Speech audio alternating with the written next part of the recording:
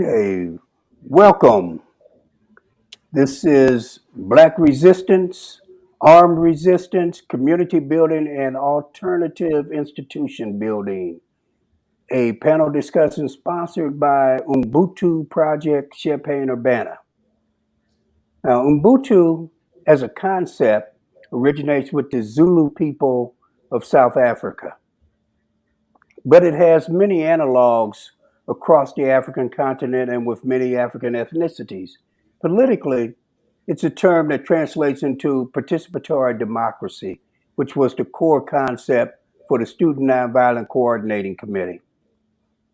The Ubuntu Project Champaign-Urbana is a collective of community members, scholars, clergy, and elected officials who are dedicated to using political education and direct action to raise consciousness and to escalate the struggle for Black liberation in Central Illinois. Today's Ubuntu panel's theme is Black Resistance, Armed Resistance, Community Building, and Alternative Institutions. It derives from the focus on Black August Resistance Month. And so when we think about Black resistance, we think about it in terms of a continuum that moves from moral suasion, legalism, to protest, to armed struggle, to exodus. Now, within that continuum, people often don't think about the building of communities and the creation of counter institutions, that is to say, Black controlled institutions that operate in the interests of the African American people or in other peoples from the African diaspora. Black August Resistance Month originated as a commemoration of the life of Black Panther Party Field Marshal George Jackson and other fallen warriors.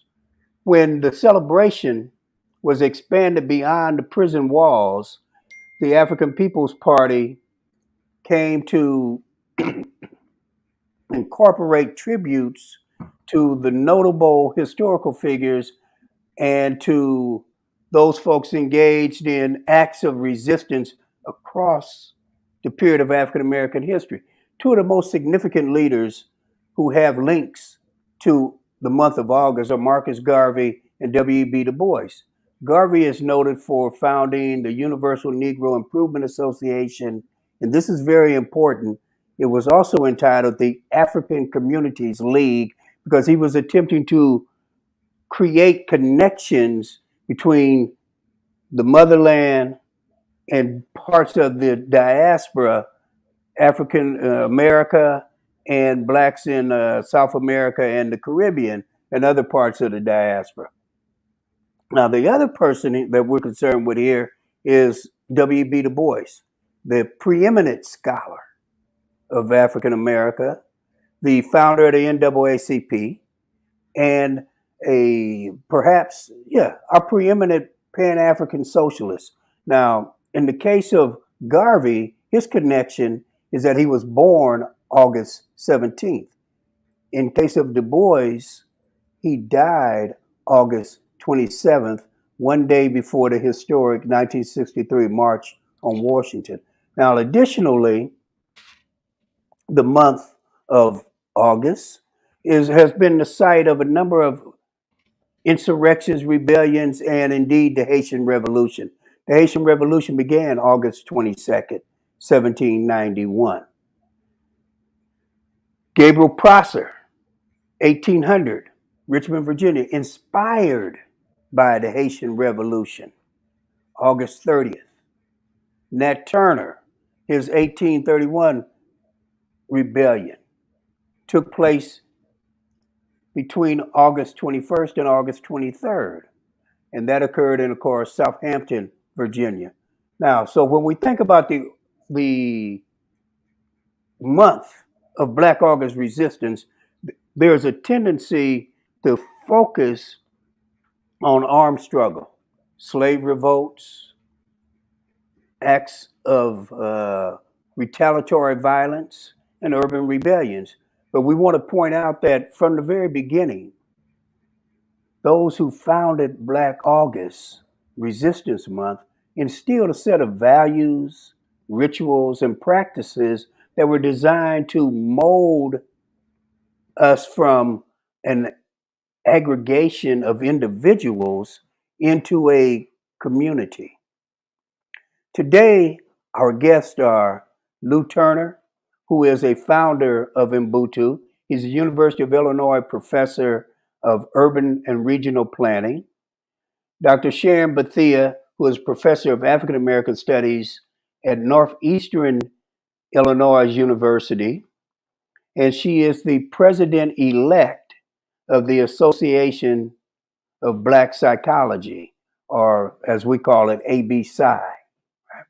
And Dr. Marvin Delany, who will be joining us shortly, is the Emeritus Associate Professor of History at the University of Texas at Arlington, and he is the current president of the 107-year-old Association for the Study of African American Life and History, which was founded by Dr. Carter G. Woodson.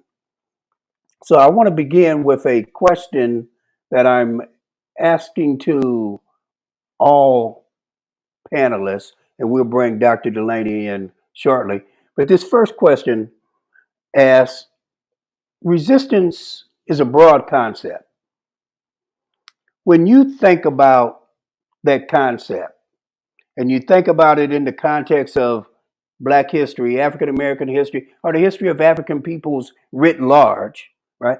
What comes foremost to mind? And Brother Turner or Sister Bethea, either of you may start. You guys are going to have to unmute yourself. Yeah, Barbara Turner. Barbara Turner, I think you should start. Yes. Okay, since I in the emails back and forth before we met today, I kind of put my foot in the water, as Sojourner Truth said, while the water's stirring on this question. I would say the one word that comes to mind when I think of resistance, although I've been on record in a different position on this word, is resilience. And I say that because of what I hope to talk about today on Black August is the bicentenary of the Denmark Vesey rebellion. Strangely, it was, I shouldn't say strangely, but it was very importantly celebrated in Charleston last month. And I was very happy to see it being celebrated last month for a number of reasons. But since most of what I'm going to have to say will have to do with the Denmark Vesey insurrection, the whole story of the Vesey insurrection to me as a major form of resistance in amongst African American peoples shows resilience in many, many ways, and in some instances, the very opposite. That is to say, the inability of some of our people to be resilient in the face of racial oppression. And I raised the question about the psychology of a racial oppression that I also see in the story of the Vesey insurrection in a city like Charleston, which had the largest number of Black slaveholders in the United States. Mm-hmm. And so that's part of the reason for the insurrection.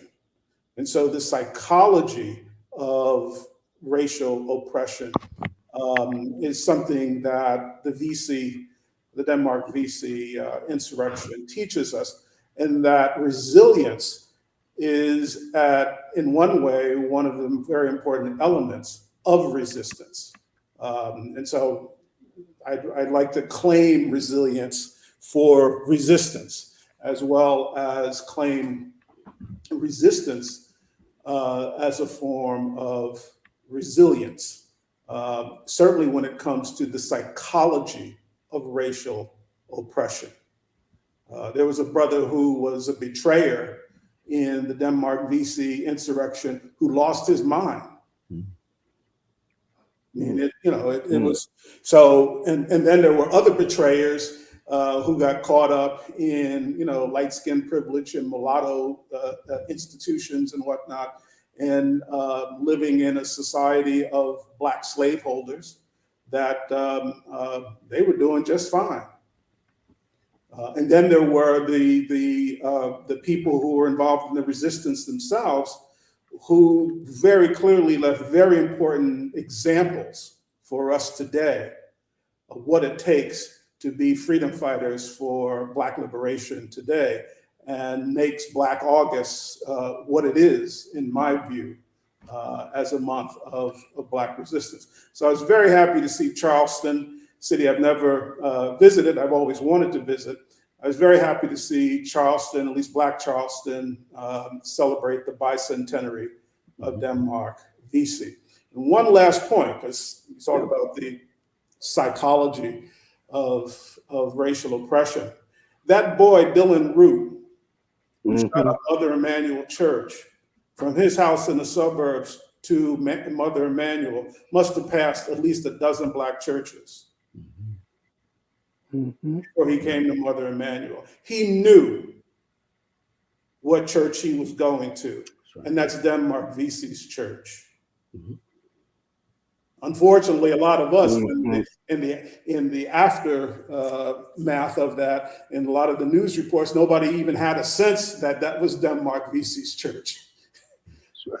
And a church that not just that Denmark VC went to or was a member of, but that he built with his own hands. His brother, his son was actually the architect that rebuilt the church. So the psychology of racial oppression is very important in understanding Black resistance. It is psychologically good mental health to resist, I guess is my point. Okay, that sounds like a handoff to Sister Bethea. But before you respond, I want to restate the question, which is that each of you are responding to this broad notion that when you hear the term resistance, what do you think about? What comes to your mind in the context of Black history writ large? So, Dr. Bethea, you're on mute. You're muted. Okay, sorry about that. Okay, yes, I would agree that resistance is such a broad term used in so many arenas, and it could be from something that's amazing to something that's talked about in a deficit manner. But when I think about resistance in relation to Black history, I think about revolutionary resistance. I think about the long tradition of the African descended people that's been widespread, that's been consistent, has been constant until now, right? From the shores, it becomes almost impossible to even understand the transatlantic trade system. There's the European slave trade. Yeah, the Arab slave trade, some things that happened in China. So it's really hard to know how many Africans were actually taken from the continent. But we talk about resistance, that most Africans, when we talk about whatever most means, were not captured and fought back. So there's always been resistance. Then we talk about, if we move it to this hemisphere, when I think about Black history and resistance, I think about maroon systems. I think about armed and strategic uprisings, right? The sabotage, the notion of leaving and transcending instead of putting up with what was going on. Self-defense, people like the Colored Women of America Conference, the Niagara Movement, the Exodus from the South to the North, and on, the Red Summer, even the Chicago school boycott that was led by Black people. And just because Bill Russell's on my mind, that notion when he said you must make the price of injustice too high to pay, right? That's right. From Oakland, the Oscar Grant protest, the notion of buying Black, right? Unity, and of course, being from Oakland, not only the Black Panther Party, but the impact of the women of the Black Panther Party. So for me, when I talk about historical context and resistance, it's in our DNA. It's what we've always done, right? And what we would continue to do, and why we still survive as a people. So this notion of always standing up to the notion of white supremacy and other kinds of oppression across the African diaspora and on the continent of Africa. Okay. Thank you, Dr. Bethea. Dr. Delany, you're on mute. Gotcha. So you responded to the question Sure. of resistance. What does it mean to you? Well, like Dr. Bethea, it's like, it's just our whole history. You know, me and the brother who used to be in the All African People's Revolutionary Party used to talk about, when did our movement started? And of course, he said, as soon as the first Africans were dropped off here, or actually, as soon as those first Africans were captured on that ship and brought over here, that's when the movement started. So as I so our history is sort of filled with instances and examples of resistance, you know, from boycotts to slave rebellions, letters of resistance, newspaper writings, just everything. You know, as I'm going to, of course, preview this, and I'm glad you're doing this, man. You know, our theme for Black History Month in 2023, of course, is Black resistance. And so that's going to encapsulate and capture all kinds of scholarship and stories about what we've been doing here since, as my brother from the All African People's Revolutionary Party said, since the ships got here. And, you know, I can just cite tons of examples from the Deacons of the Defense to the, again, I just mentioned All African People's Revolutionary Party, to the labor movement, the Ram movement in Flint, Frederick Douglass, you know, in his narrative, which indeed was an act of resistance, and he would actually write about his life during enslavement and tell that story about Covey, or his beating Covey. You know, Harriet Jacobs hiding in the attic for 7 years to stop her so-called owner from raping her. So just story after story, man, in terms of how we've carried out resistance and how we've fought oppression and how we fought racism in order to, you know, sort of get where we are. And of course, as we know, the fight isn't over. Okay, thank you. Mm-hmm. Now, this next question is going to focus on enslavement, that historical period. And, you know, it's in the news in the sense that things that we thought had been won in terms of the new understanding that enslavement was harsh, brutal, evil, and vicious, and yet our people not only endured, right, and resisted daily, constantly, through things like sabotage, through faking illness, and through that whole list of things that Sister Bethea talked about. But I'm reminded that in Texas, they are now calling what Walter Rodney, the great Guyanese scholar of Africa and its diaspora, called the European slave trade. And he made that argument that generally you name events after the people who control the event, right? And so the idea of calling the slave trade, the African slave trade, is another crime against us. But these people in Texas now want to call the European slave trade involuntary relocation. So what I want you to do is talk about specifically, and again, this is a question that I want to direct initially at Brother Lou and Brother Marvin, because you guys have some kind of relationship to Vesey, to Denmark Vesey, meaning that Lou has written quite a bit on the rebellion, and we could get some of that in his first response. And Marvin, you lived and walked the streets that Vesey walked, and I'm going to presume that you went inside Mother Emanuel. So you got a personal as well as a historical connection. So I want you guys to talk about resistance to slavery with an emphasis on the Vesey Rebellion. And then I'm going to come to you, Sharon, and I want you to talk about the psychological aspects of resistance and what it means. And again, Brother Lou opened up some of that avenue, but I want you to really unpack the psychology of resistance and the psychology of racial oppression. Um, Marvin, Lou, either one of you can start, but let's talk about Vesey and that rebellion and its significance and contemporary meaning. Well, I can start. I wrote a piece for Jesse Carney Smith's Encyclopedia of Notable Black Men. And for anybody who knows, there's also a volume for notable Black women.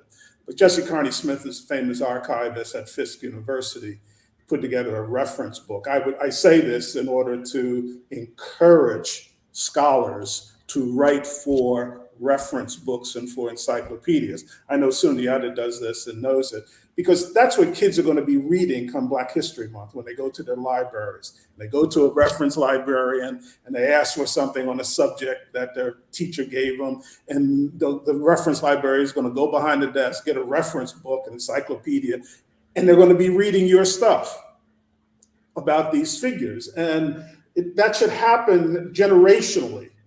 I hope that ASLAH will take that up, because that's one of the things that Dr. Woodson was very good at in terms of the relationship to teachers. So I wrote a Vesey, the entry on Denmark Vesey. I also wrote the entry on Nat Turner. That's like the fox in the hen house, I guess. But the thing that I found, and it is that generationally, I found generation after generation of radical Black scholars writing on Vesey, engaging Vesey. One of the first papers given at the American Negro Academy was on Vesey by Archibald Grimke. There are other people who wrote on Vesey. So it wasn't that I was looking for anything new, but I was trying to bring a new interpretation to what was already there in evidence. And so that's what I attempted to do in the piece. And one of the things that stuck out to me is the intelligence of Vesey that was recognized right away. He was sold to Captain Joseph Vesey when he was 14 years old off of the island of St. Thomas. It's thought that he may have originally come from Guinea, because most of the slaves on St. Thomas came from the West African area of Guinea. Vesey was a slave trader, and he sold Denmark, whose nickname at the time was called Telemark.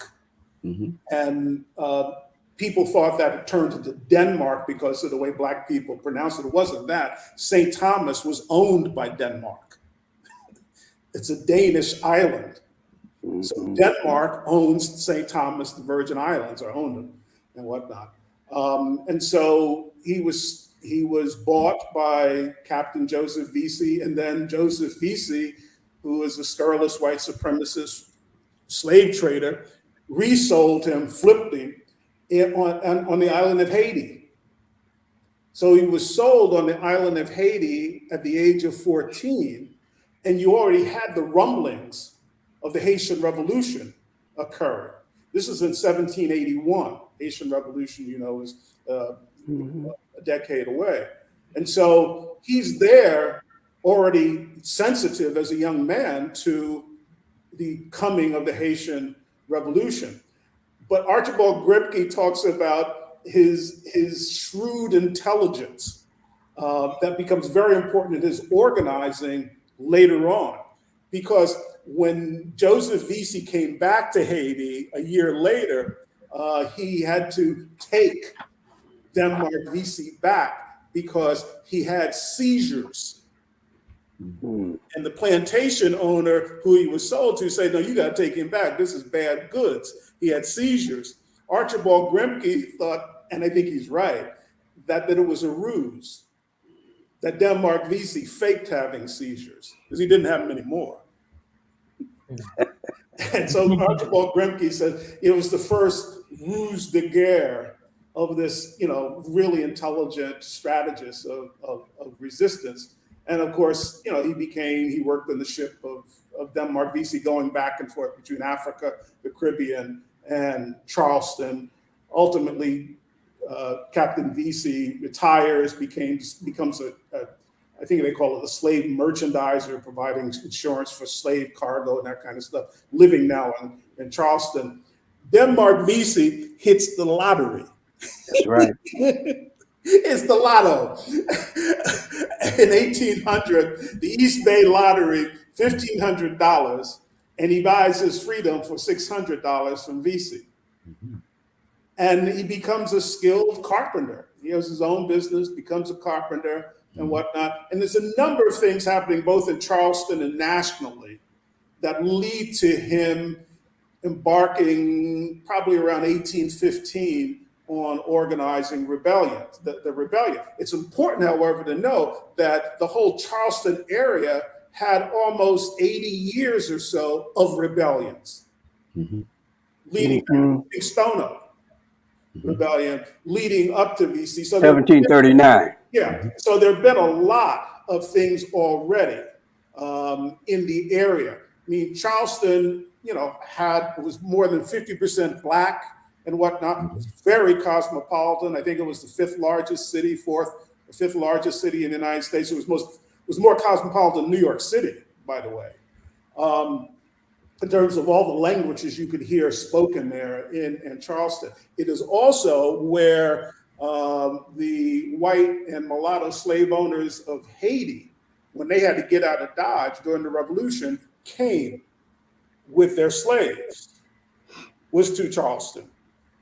So there's a connection between the Haitian Revolution, which plays a big role in Denmark Vesey's insurrection, and Charleston. So there's a lot to, but the one thing, and this is one of the things that Sterling Stuckey points out, the one thing that is great about, and there's many, many things. It's an insurrection that probably comprised 9,000 people altogether. It was both urban and rural. It was country people who worked on the plantation in the country, as also rural, urban artisans and mechanics, people who had their own businesses and stuff like that. One of the things that Sterling Stuckey points out about Vesey is that he organized a multiplicity of African ethnic groups. So much as we try to be cute and kind of crack on people like Sarah Palin, who doesn't know that Africa is a continent, sometimes I think we forget that too, in interesting ways. Africa is a continent, and that means that people who were enslaved came from very specific ethnic groups, nations, peoples, and whatnot, and they're coming here. So how did they, and this is Stuckey's point, how did they get forged into a people that we are today? And that's one of the great contributions of Denmark Vesey.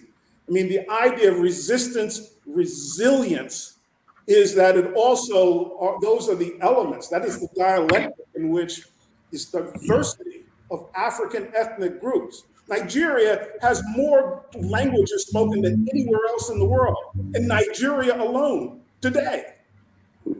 So the diversity of African ethnicity and culture is vast, and I don't think we appreciate it enough. And here you have Charleston, who is just a pot of this. It's a stew, gumbo. And Vesey really forged the resistance, the organizing. They had a Gullah company, they had a Mandingo company, they had a French company for French-speaking people. They had different companies, but they were forged, as Stuckey says, into a single organizing group. And so resistance and organization went hand in hand, and resistance is really, in my view, the stream running beneath the shaft of the straw that forges us out of these disparate peoples into a single people. Resistance is that stream, and Denmark Vesey represents that. So when we say the community as a single whole, we have to remember it came out of many. And resistance is one of the things that Denmark VC teaches us on Black August about resistance and resilience. Okay, thank you, Brother Turner. Brother Delany, you have something to add to Oh, yeah. Brother Turner, that's just wonderful. You know, I read Stuckey's Slave Culture, Nationalist Theory, and the Foundations of Black America back in the 80s. And indeed, I was so impressed that in terms of how he used VC's insurrection as a way of showing how African Americans became a people. And you did a wonderful job of sort of laying that out. I think you missed one point, though, that one that I used to always point out to my classes was that African Americans, or Africans in America, became sort of a nationality and achieved this sort of national unity before the Africans on the continent. I know we can argue that, but that's the Stuckey's point, that we formed this group unity, this national unity before the Africans on the continent. Anyway, I come to this in a really unique perspective. I walked the streets of Charleston for 14 years. I walked by Denmark VC's house almost every day. He lived at 56 Bull Street. The Avery Research Center where I worked was at 125 Bull Street. So we're right down the road, or about less than a block and a half from VC's house. And so I saw it almost every day. We succeeded in getting a plaque put on it during the Moja Festival, I believe in 2000, something like that. And I say 2000 because up to that point, Charleston, like most American cities, particularly southern cities, was in denial about its history of slavery and racial oppression, did not want to recognize VC. I literally showed up in Charleston in 1994 at the right time when a brother by the name of Henry Darby started this movement to do a statue and to commemorate VC. Now, we ran into all kinds of problems because the word on the street, the word among white people was that VC was a murderer, that VC was a terrorist, that VC was trying to commit ethnic cleansing, and I mean, they literally fought us tooth and nail when we started to do the statue to commemorate VC's life. And, you know, I tried to do something almost immediately. When I got to the Avery Center, we were redoing the building. So I think I named the first place in Charleston after VC. We created the Denmark VC conference room in the Avery Center because there was nothing else there. We knew about the house, and a local artist had done a painting of his house, and we actually sold the prints at the Avery Center, but there was not a statue, no monument, no recognition. And when we started to do that whole process, we had to fight all the lies and the misinformation about who Denmark VC was. Now, ironically, you know, as you sort of pointed out, Mother Emanuel's there. So that's the church is symbolic. They had a problem with him. They started a little project to recognize VC in the front of the church, and they ended up putting some cherubs there. There was opposition in the church, though, to recognizing VC in the church because of this history. Finally, the city calls us in, this committee, the VC Monument Committee, calls us in. They're getting ready to redesign Marion Square. Marion Square is right in the center of the city of Charleston.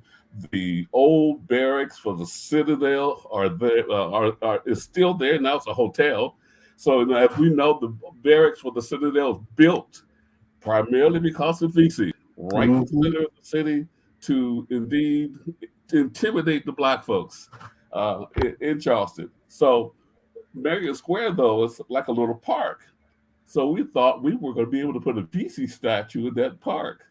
Well, no way.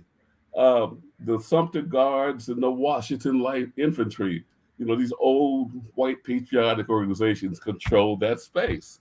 We thought the city controlled it. So when we went to the Washington Light Infantry and the Sumter Guards, they said, and I'm going to say this, hell no, you're not putting a statue in here. And again, there's editorials in the paper condemning what we were trying to do. They kept telling us, why don't you do someone respectable like Martin Luther King?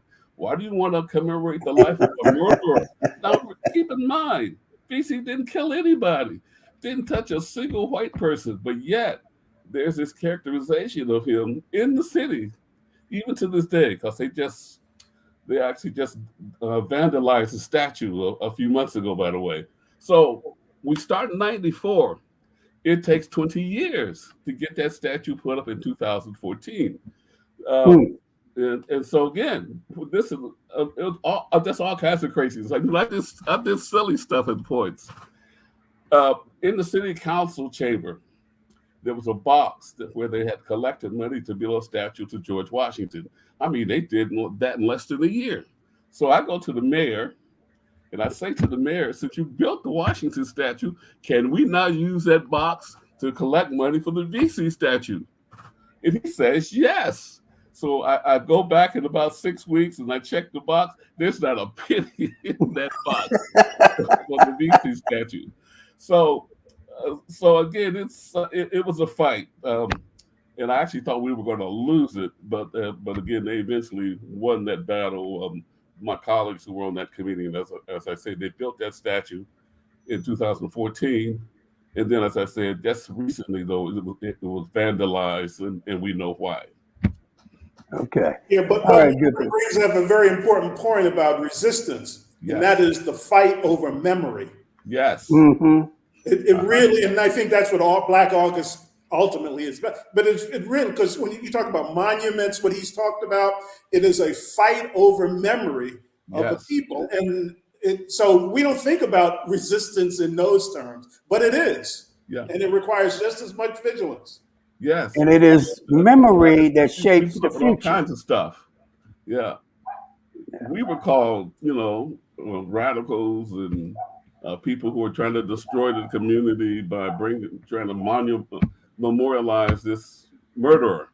Right. Yeah. But I'll say this, though, Sundiata, I'll say this. If there's one event that one could look at the various vectors leading from it to the total transformation of the United States through the Civil War, it's Denmark VC.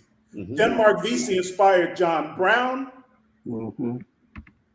The raid on Harper's Ferry, and that inspired a lot of different things. But it was a fight. It was at the time of the Missouri Compromise. VC told black people, told slaves, he says, that Congress had freed them, but the crackers in South Carolina refused to let them go free.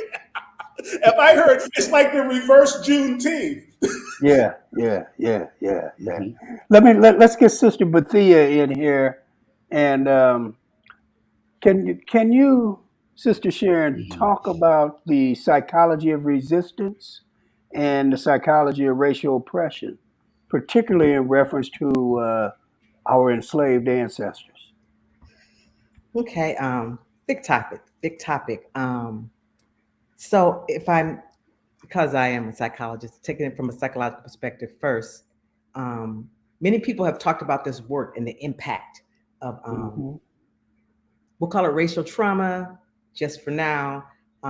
Helms and her colleagues talk about racial trauma and then focusing on those cumulative effects of experiences of racism and how it's historical and it impacts us generationally. In Diaz, Hall, and Neville's work, they talk about racial trauma and their theories around healing and practical significance of racial trauma from the psychological perspective. And probably when we talk about some of the impact, I would say who popularized it, because people have talked about this notion of racial trauma for a long time, was Joy DeGruy's work on post-traumatic slave syndrome.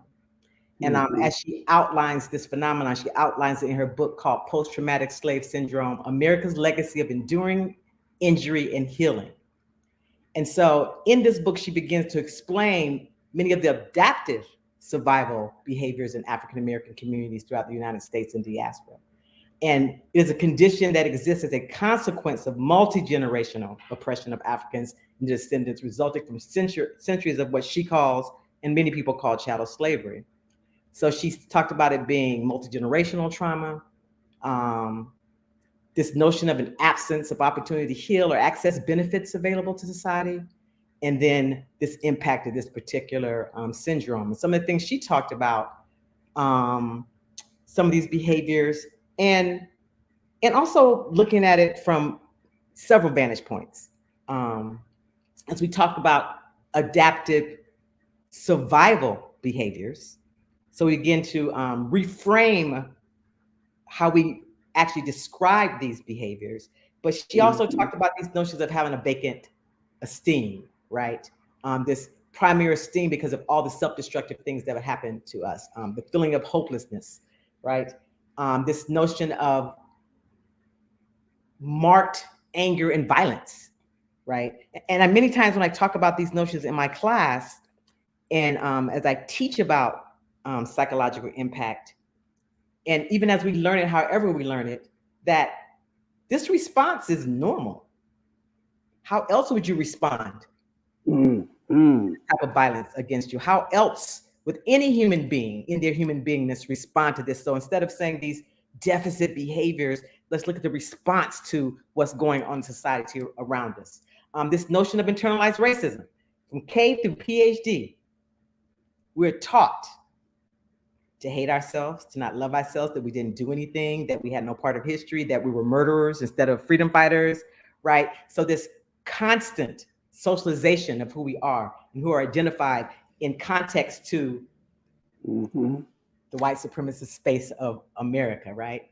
And so how do we begin to identify ourselves in this system?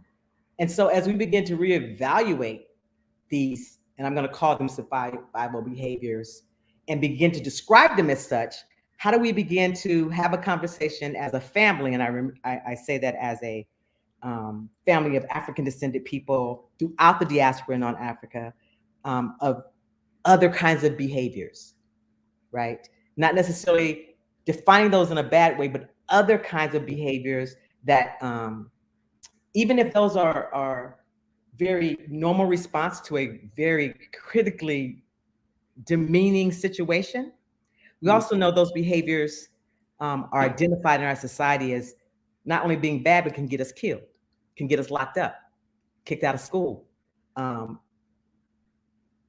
poverty, name them, high blood pressure, all the medical things that are connected to us. So how do we begin to talk about it in that way and utilize our cultural strengths and attitudes and understanding as African-descended people to begin to heal some of that?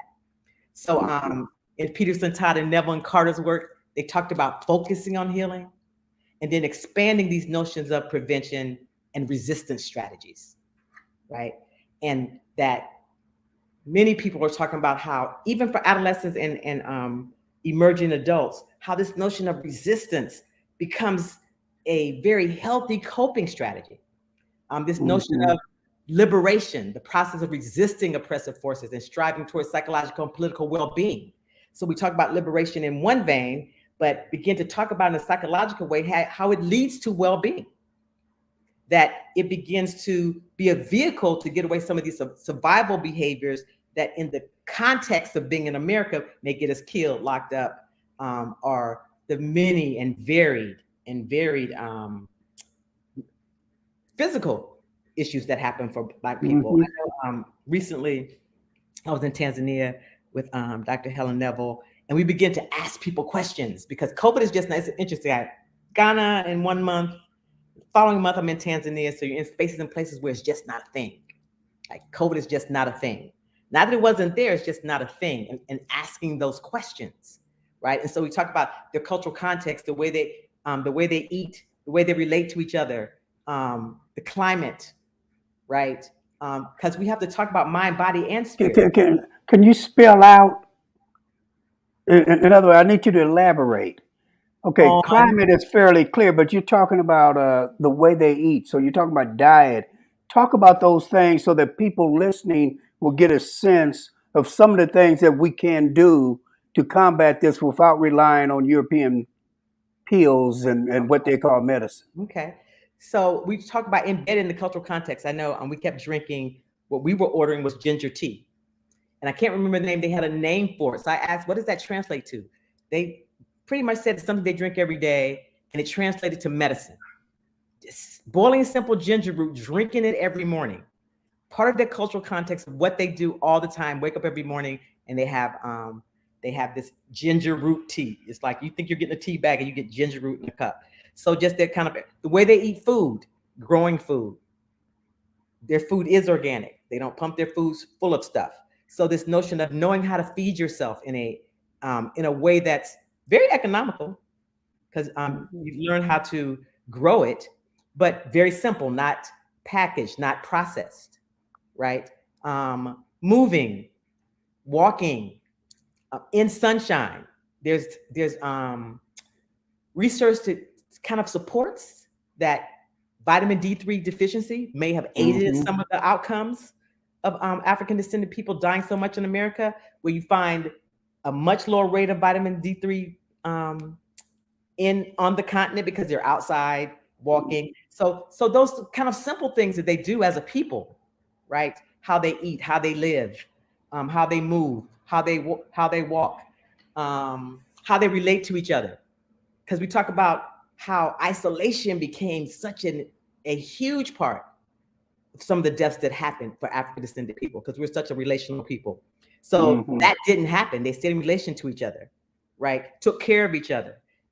This notion of mutual aid. As soon as they heard a cough, what they did. And there was something interesting. Somebody told me that. What did they do as soon as they heard a cough? They hand you some ginger root tea. They hand you natural herbs. They chew on a particular leaf that's found everywhere, right? Neem leaves. You just kind of chew on a leaf. And so those kind of natural things that African people were used to, that they did on a daily basis, that has been kind of taken away from us as African people. I know sometimes I don't mention words right, and I'll say, oh yeah, during the transatlantic slave trade system, they took away my tongue. Some of those practices that we don't practice anymore, right? And some of put in our community on purpose by design. So they don't, the whole notion of the first time you hear something, you go after a narcotic. Nah, you just drink a little tea, you go steam yourself. So those kind of natural things has kind of always been in it. And I know I remember asking somebody, because of course they wanted to know, because remember the prediction was that COVID was going to wipe out Africa. And that didn't happen. So what became interesting when I talked to somebody is that, of course, they wanted to all of a sudden start taking African blood to see why they weren't dying. And they had the antibodies. So not that necessarily that COVID wasn't around, but their immune system is so strong, it was not a big deal. Right? And so those kind of notions when you talk about, and I know I'm kind of moving away from what we think about as resistance, but we're not. No. This is where we want to go. We're dealing with the breadth of resistance. Right. And we talk about that notion of liberation being the process of resistance to oppressive force. So if we're combining liberation and resistance, which I like to do, oh my goodness, what resistance meant to our ancestors, our enslaved ancestors, right? That if my resistance meant my freedom, if my resistance meant my liberation, if my resistance meant my children live, if my resistance had me find families, we talk about that notion like after that process happened, men going around finding family members, no matter how it happened, right?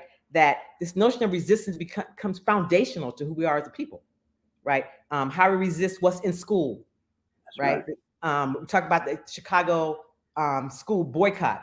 Those kids, and it happened, and they don't talk about it as much because it happened recently, that those Black kids got up out of their classrooms and all the things they were going to for our liberation. We're walking out, we're walking downtown, we're telling you that it is our liberation that will set us free. And to me, that's just the core of who we are as people. We've always done that. We've always stood up. We've always spoke out.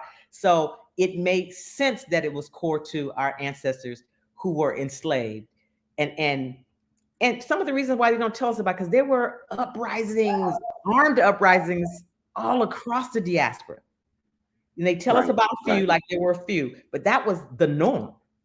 And they don't talk about how that was the norm.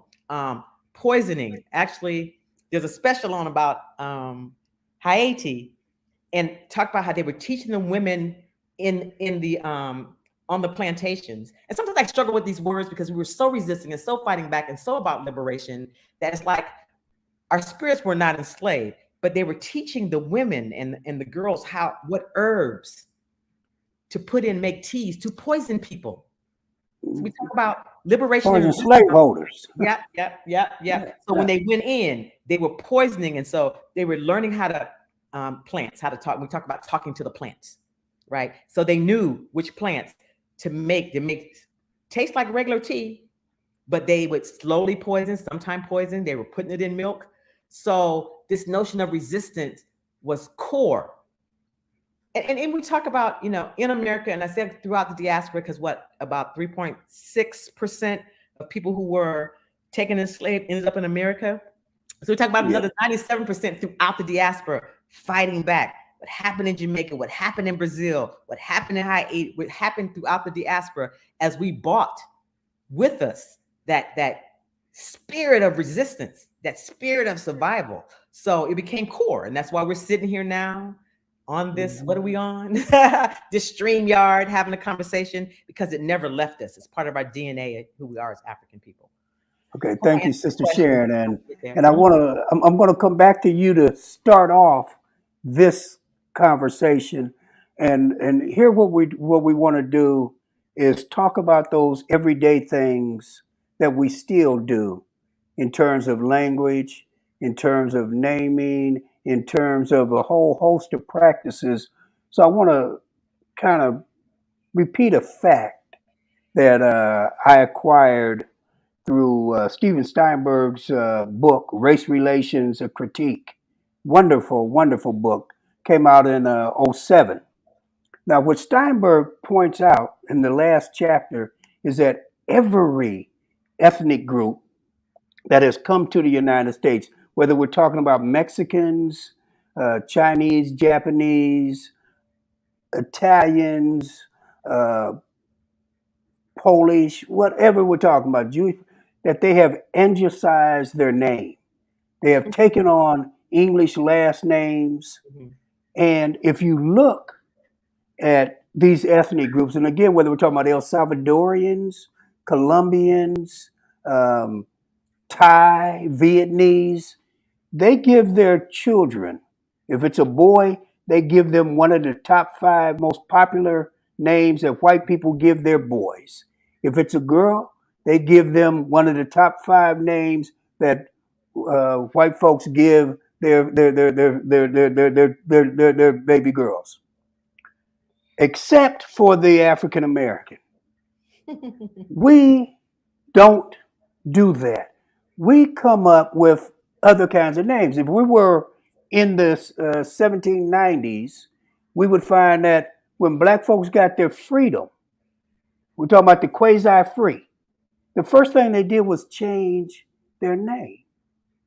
Now, they're trapped for the most part in terms of having to take an anglicized name, but they would take names like Freeman, Liberty, right, to signal who they are, right?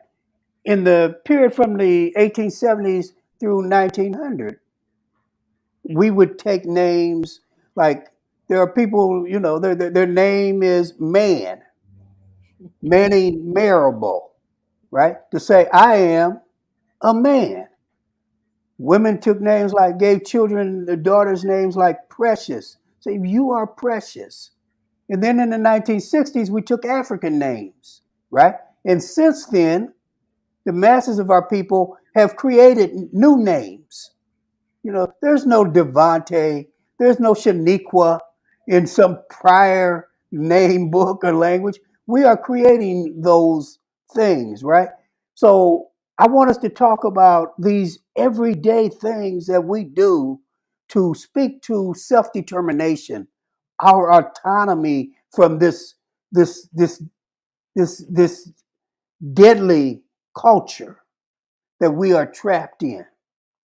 So I want to again begin with you, Sister Sharon, and can you be concise? I know that's almost oxymoron, but really, yeah, there's always so much. Do what you can do. It's interesting how you talk about that naming. So I teach Intro to African American Studies, and every time I get my class list, I'm go, okay, because most 90% of the time I don't recognize any name that's popular.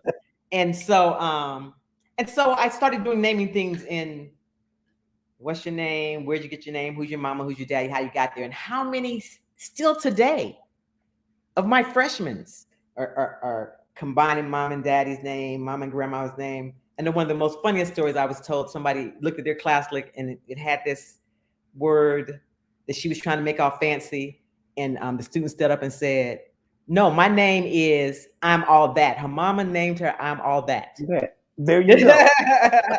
That was her name. You ain't got to do nothing fancy with that. That is my name on my birth certificate.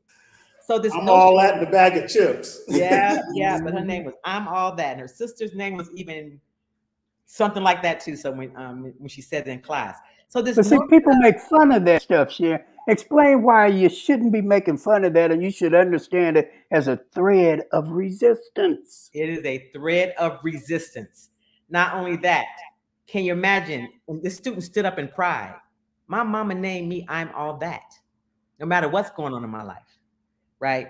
That this honoring that has always been part of African tradition, this honoring of ancestors, as you named, so this cultural thread that till today, like still 19, 18, 17-year-olds, still today that we actually have brought with us. This notion of honoring who we are as people, the pride my students have in, even if when I say it wrong, they love standing up and correcting me. And they always had a reason why. So this sense of pride in their own little world of who they are as a people, and understanding on some deep conscious level that it's about them being African. I remember we used to be told back in the day, don't name your children like that because white people will know immediately. This generation here is like, I want you to know who I am. That's right. You look at that application and know that I'm Black, right? And so it becomes important. Just like naming ceremonies has always been important on the continent of Africa. And that's just something we haven't lost, plus a myriad of other things, right, that we haven't lost as African people that is our survival, right? So I'll try to stop there because I can go on. Thank you. That was wonderful. All right, brother Marvin, brother Delany, can you speak to everyday forms of resistance that still exist today? Sure. And I do want to weigh in on the name thing.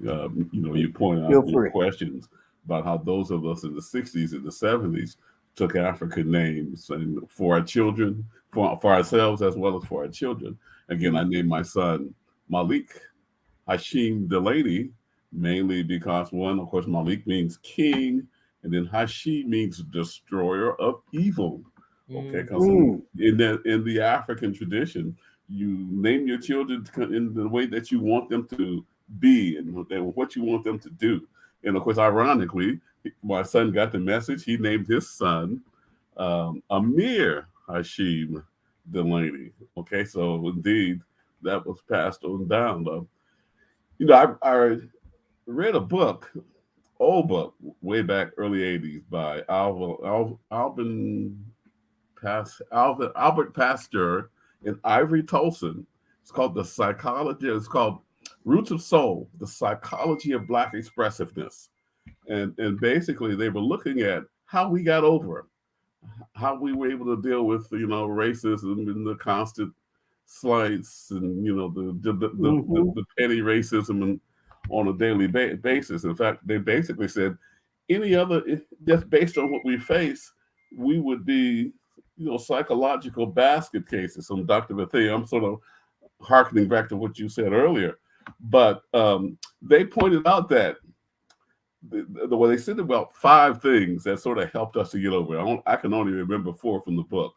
One was language, the way we talk, how we express ourselves to each other in this sort of stylistic way. Of course, one of the other things was style, the way we dress.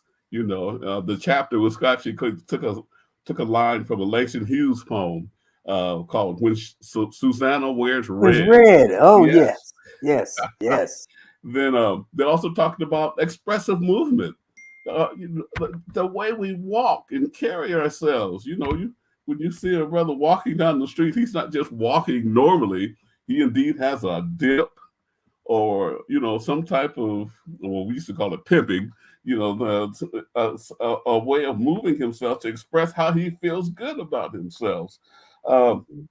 Then they also talked about what they call naturalistic attitudes, the fact that we accept the body, our bodily functions, and we don't freak out over the things our body does and what we have to do with our body. So I think these things indeed are important. And I used to use that book. When you teach at a predominantly white campus, you get these Black students who come in and who want to forget who they are. So I used to teach in Black studies these principles or these ideas from Pastor and Tolson to sort of say to these young people, be yourself. You don't have to forget your culture just because you're at a TWI. I said these things are what got our people over and got us this far. And if you just throw them away, you're giving up yourself, and you're giving up sort of your own sort of psychological armor against what you're going to face on this campus every day. Brother Turner, I want you to do a slight twist on this question. So, Brother Delany mentioned the great Langston Hughes, and Hughes makes a very powerful argument when he says that Black culture is created by the folk, by the Black working class.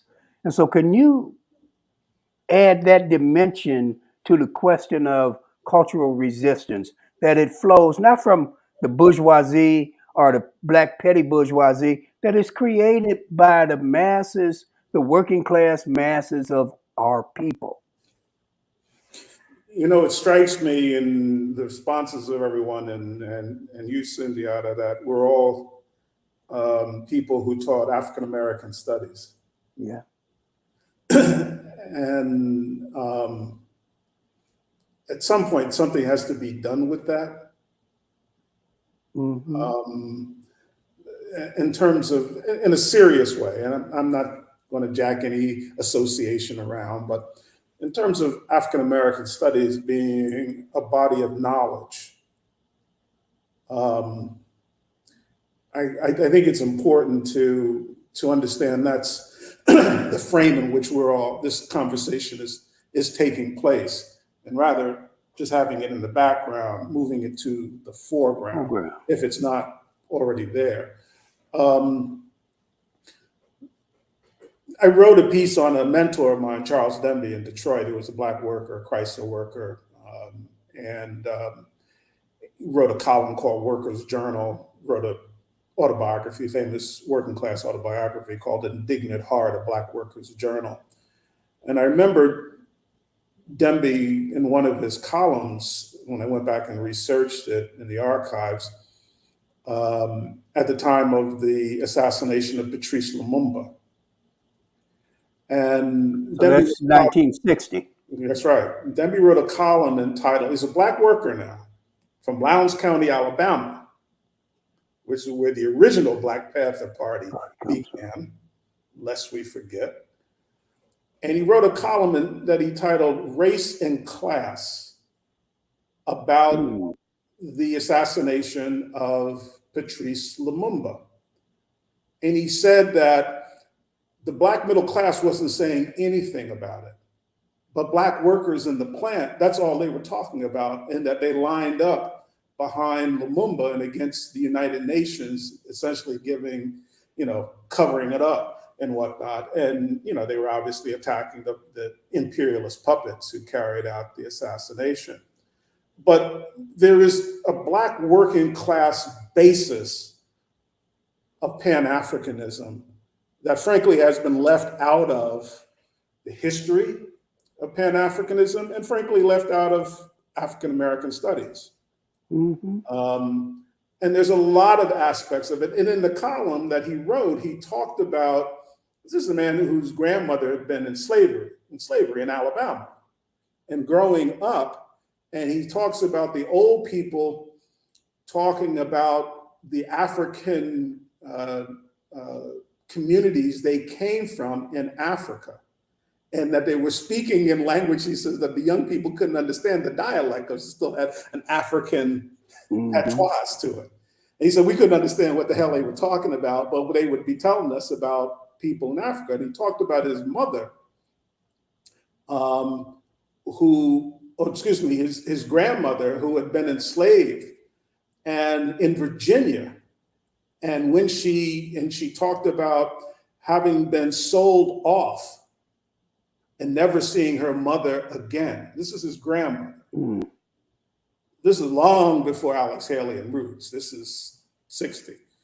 But he connected these Black workers in the plant supporting Lumumba and talking about doing something about the assassination of Lumumba. The Black middle class not saying a damn thing. And he's connecting it to his what his grandmother told him about slavery. He also said, very interestingly, in his autobiography, he talked about how his grandmother would point out on the plantation, which were then sharecropping plantations, places where women were whipped, the trees where they were tied up and whipped. And he says he remember asking, these as a boy, asking his grandmother, where did they whip the men? He said, anywhere. Damn. But this is what you get from the working class when they have that kind of Sankofa connection to the past in order to understand the present. So in a column called Race and Class on the assassination of Patrice Lumumba, he brought all that to it. A Pan-Africanism, to be sure, but it's a body of knowledge. That's right. That it seems to me African-American studies needs to get around to talking about. You're right. There's Boys, there's Garvey, there's cool. I'm with that. I teach it. But there's a whole other level of knowledge. And people like Denmark Vesey represented. You know, they hung. Those crackers in Charleston hung 33 Black men on a place called the Lines. It's the intersection of two streets in Charleston to send a message of terror to the Black community. There was one brother by the name of Bacchus Hammond. You want to name your child after somebody, name it after this brother. They're on the scaffold, and the mechanism is faulty, and his feet are going to touch the ground. This brother's so defiant, he lifts his feet up. He says, I'm not going to give the crackers the satisfaction. Now, there's the death instinct, the life instinct is strong in people. Anybody, any organism. But defiance is a motherfucker. He could have saved his life in that moment. And he knew that they were doing that to send a message of terror to the Black community. He says he's not going to give them the satisfaction. That's the Denmark Vesey insurrection. And I just want to add a line to that. I'm agreeing with Barbara Turner. One of the reasons why I love teaching at the institution that I do is that not only it's first generation, it's this Southwest Side Chicago first generation student. So the love of best side. The love of seeing how students carry the culture. Right. So we actually get to talk about it because in their narratives, in their experiences and what they do and how they do it, that I can make great connections between teaching African-American studies and their lives. I love how they don't understand a concept and they're like, oh, that sounds like when I was on 35th Street doing A, B, C, and D, right? Yeah. So I would agree that that particular, that's the majority of us anyway, right? So of course they carry the culture, but I would agree if we look up and down how and the co-class thing, Cindy knows, we get into it, talk about it. I don't know how I describe it, but this notion of working class, that we are the culture, we carry the culture, we survive through the culture. And I think you're absolutely right. It needs to become more of a huger, more central part in African-American studies classes. Yeah. You know, we obviously need to have several discussions on the death of African American studies, or if not the death, it's what would you say, co-optation. Mm-hmm. It's co-optation. But I want to move before we. So yes, we need to do that. Ubuntu must have a panel on how African American studies has been co-opted and become an enemy of our people. Mm-hmm. I want to talk about this thing that the black petty bourgeoisie fought for and achieved some level of success. So I think it's a net loss. But this question of what do we call integration, or what Martin Luther King called structural integration, right? So I'm not talking about cultural assimilation. Now, there were significant sectors of the black community that wanted to adopt white American culture, which, you just have to shake your head as somebody who would want to adopt a culture of the people who have created the most harm to life, right? To the planet, to other living beings. But that's another story. But cultural, structural integration. So historically, and I know there are those who disagree, but at least my research shows this, that black communities were led by teachers and artisans, skilled craft workers, the quote unquote elite of the black working class, that this was the sector that led, not the ministers, not the petty bourgeoisie, and certainly not the small black capitalist class. They didn't lead our communities. These teachers did.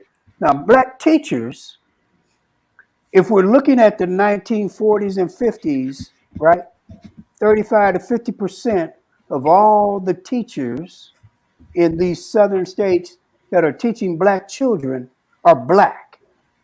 Okay. Today, black teachers comprise 7% of the teaching force, right? White folks are 82, 83%, something like that.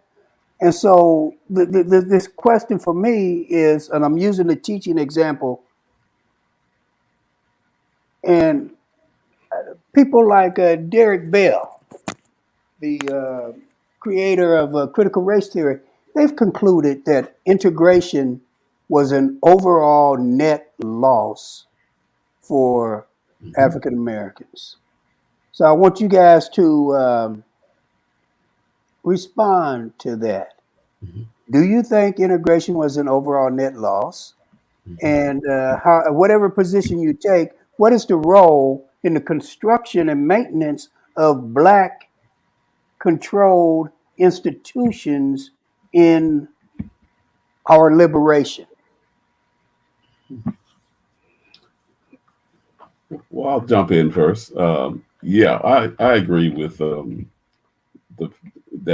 your premise or your statement that indeed the integration hurt us badly. One of the studies I used to use talked about how with integration, not only in schools but in terms of in the community, that it sort of encouraged African Americans to boycott their own businesses and to boycott their own institutions and to run to the white institutions because they, in some instances, thought that they were better.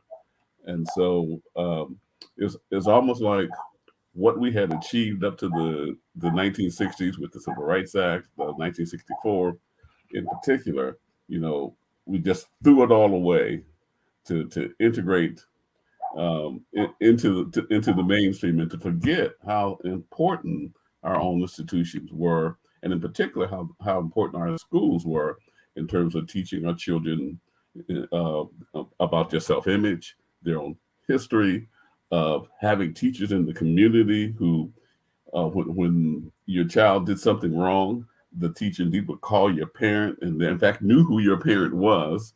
And so there was this sort of natural connection between the parents and the teachers and other institutions in the community, rather than, sending the child to the principal, suspending the child and then sending him or her home lose that opportunity for education. So obviously, as Du Bois pointed out, one of the articles I always use from Du Bois was called "The Upbuilding of Black Durham," and he talked about how African Americans had their own banks, similar to what we know about Black Wall Street in Tulsa. How they had their own banks, and how indeed they controlled the economics and the businesses in their community, and that indeed had to help to raise everybody in that community to have African Americans engaged in business and other enterprises that would help the community. So he pointed out the importance of African American institutions. I'm going to go back to one thing, and then I'm going to shut up. In 1935, Du Bois wrote in the Journal of Negro Education, "Does the Negro need segregated schools?" That's what he called it. Does the Negro need segregated schools? And of course, he concluded that yes, we do, because we needed Black teachers. We needed the administration to be conducive and supportive of the children in the community. And of course, one of the key things he said, which is something we indeed sort of attempted to adopt in the Black Studies movement, we needed schools that were going to teach the children about their own history and culture. And I'll stop there. Okay. I'm Sister Sharon or Brother Lou, one of you, please. Yeah, I was going to jump in here because I was born in Durham, North Carolina. And so absolutely integration net, negative net. And just from coming from that experience. I remember when we finally did move up north, down north, however you want to call it, testing 3 grades out, where in my class in Durham, North Carolina, we were all doing that work, right? So this notion of growing up, I thought all doctors were Black. I didn't know until I moved down north that there was such thing as a white doctor. I thought all business owners were Black. Bank tellers, the corner store, somebody's grandmother ran it, not necessarily she owned it. So it was like this whole notion, because in North Carolina, they could care less about what happened in 1954. And so the advantage of our community growing up that way and what happened after integration first took hold. And so this notion of just being involved with like Oakland Freedom Schools and other institutions or schools that are Black ran, Black owned. I always knew the Black national anthem because our flag was red, black, and green. Like, I barely know the other one. And so the conversations that we had around safety, around survival, around learning about business, I tell people I've been, whatever class is, I've been all of them, to where there was a point where we were, I guess, dirt poor, but in the community, it didn't matter. If somebody had a farm, my grandfather had a farm that he took food to everybody. It's like he just went through and he dropped stuff off. He sold what he could, and the rest he gave away to the community, because this notion, even we didn't have money, we weren't poor. And so the community unity, the understanding of keeping money in the community. And so the sense of pride and esteem that happened when you were there. And I can still right now remember the shift when I started going to school with white kids, getting in trouble, got suspended. It's like, wait, it didn't matter I was a straight A student. Straight A students still say I wasn't college ready. And in kindergarten, first, second, third, fifth, the notion was I was always going to college. It was K through college. So, and now I see what happened in the school system, especially being in Chicago, in a school system that's mostly Black and brown, that how they totally denigrated the educational system because it's Black and brown, right? And so our kids are just, makes me want to cry to think about it. So absolutely, I think we need to control our own, do our own, educate our own children. I always ask the question, why would we send our kids to places and spaces that have always enslaved and lynched us? And we send our babies off to those institutions, right? And so what happens when we bring them back in? I think about the Black institutions and schools here that are now being dismantled, of course, and look at the accomplishments of students in those institutions and understanding. And so I'll kind of stop there, but absolutely, I agree that integration net minus. We got to figure out, and we're looking at spaces that are starting to do that again. There are spaces that started doing that again, and you also see, I even think about a school like, even though Whitney Young is in the school system, it's pretty much controlled. It's one of the best schools in the country. It's pretty much controlled by Black people, right? And so, and in a Black loving community, the competition is crazy, but still, we know that there's spaces and places this is happening, and we see our kids excelling in those spaces and places. Brother Lou, and we've got 10 minutes, and I have one kind of summatory question for you. So, unfortunately, brother, I need you to be succinct. Well, I'm gonna raise your integration question. I think it's saying that I hope we can get a larger discussion on this. Ruby and I have a friend, Tandra Loader, who's at the University of Alabama, Birmingham, and she wrote a book on Black teachers in Alabama, particularly in Birmingham, and deals with this question. But I'll raise you by saying that the largest number of Black African Americans with PhDs are in education. Still in education, but it's been going down. Yeah, but the thing is, so we have this double screen then. Highest number of Black PhDs is in education. Other side of the screen is why do we have a Black education crisis? Well, no, that's a great question, and I think the way we answer that is that in the past, the highest number of Black PhDs was in education, but they went in and they're teaching probably in C&I. The highest number of Black PhDs that are produced now, they're in administration. Right? So I think it's even more the case. If you ain't got power, then what are you doing? Right. Well, you know that these Negroes don't have power. If you don't use it, you lose it. Yeah. So, But also, we have to understand that they made education in these earlier eras for our people, education was one of the best paying professions. It is now one of the lowest paying professions. And those subtle mechanisms that help lead us out. Yeah, but George Wallace in Alabama could pull the strings of Black teachers and keep them from participating in the civil rights movement because they paid by the state. That's why the kids in Birmingham had to go out and do it. That's why that was the strategy of the youth, is that these southern states controlled the teachers, and so the students had to do it. The other thing, because Sharon kept bringing up the boycott in the 60s, I assume that was the one she was talking about in Chicago. The first boycott, which was so big, was controlled by the adults, and there the thrust was for integration. It's a difficult question because it had to do with big vacancies in white schools and overcrowding in Black schools.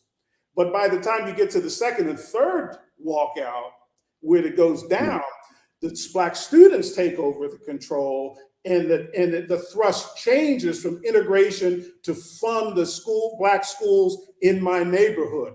Indeed, it comes before Black power. I mean, I think even some of the ideas about the historical periodization of Black power need to be relooked at, because Chicago, and I think that you probably could find other cities as well, before 65, we're talking about Black power in different ways. But as the school movement progressed in Chicago, if students who took it over, Barbara Sizemore's folks became involved in it, and the thrust changed from integration to funding, equal funding. And that's the problem that we have. That's why I always say defund the police, is because it isn't that I'm not aware of the fact of the problems of crime in the Black community. I taught criminology, I understand that. But if you disinvest from the Black community over and over and over again, and you invest in the police to keep the lid on, that's perfect. I mean, that's management, man. That's risk management of the crisis. And so there's got to be, when Tulsa, Oklahoma happened in 1921, and there was the Tulsa, Oklahoma massacre, and was burned down. Greenwood Avenue got burned down. The community built back up. Right. You know what killed Greenwood and made it what it is now? Right, the highway. Planning. That's right, the highway. They put an expressway through there, and it just died. Look, they've put an expressway or something through every black community. Right. What killed the black business district was urban renewal. That's But right. here, we've got 5 minutes. I need a short, tight 1 minute from each of you on a question that was posed by Brother Lou, and that is what makes Black August Black August? That is to say, what makes the month the spirit of resistance? Am I interpreting you right? Yeah, you got it. Okay, so that's the final question. You got 1 minute. This is the lightning round. What makes Black August Black August? I'll start. You should. It's your question. Some students a few years ago asked us to speak on a panel, and their first over at the University of Illinois, black students, and they asked us what was our definition of blackness. And everybody went around on the panel, including Sundiata. I think I was the last one they came to. And they asked me, I had one sentence. Blackness is revolutionary or it's nothing.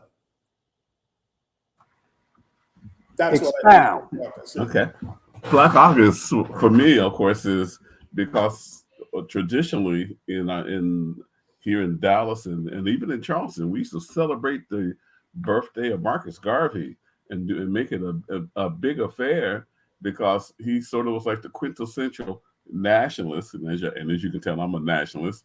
And so indeed, we would have programs, we do a festival, and indeed celebrate Marcus Garvey as sort of one of the quintessential, resistors to white supremacy and white nationalism. Sister Sharon. Yeah, good question. First, let's make it correct. I said I was in all classes. I've never been rich. So we'll stop at middle class. We knew that was a mistake. Those last two classes. So when I think about Black August, the little I know about it, and I should know more about it, it kind of started in this notion of political prisoners being locked up. Mm-hmm. That's my understanding of being from Oakland, the Black Panther Party, and which has blossomed into this notion of celebrating resistance, because we're talking about that kind of resistance happening in incarceration, because that is the enslavement of African people personified. So my understanding, and now that you brought it up, I've got to learn more, teach more in this notion of why we celebrate what Black August is. But that's my kind of vague understanding of it, that it kind of started around the freedom fighters that were locked up and incarcerated, and during that month, then Jackson, I can't think of names, that was going on. George Jackson. Yeah. That's my understanding. Blood in my eye. Yeah. Soledad brother. Yes. Okay. I want to thank our panelists for an excellent discussion that looked at resistance as a continuum that moves from those kind of soft things that are within the institutional framework of the system, court cases, legalism, protests, including more militant protests such as boycotts and demonstrations, and ultimately to armed struggle. Now, as we're wrapping up, a colleague of mine that's part of a coalition that we're engaged in, a Jewish woman, wrote me this morning and asked, what did I mean by armed struggle? And I responded by talking about the ways in which Black people have been forced to take up arms to preserve our life, to prevent the plunder, pillage, rape of our communities. And so let us end on the note that Black August calls upon us to rededicate to the broad range of resistance. As Henry Garnett Turner said, let your motto be resistance, resistance, resistance. All right. Take care. Ashe. Thank you, We're everybody. signing out.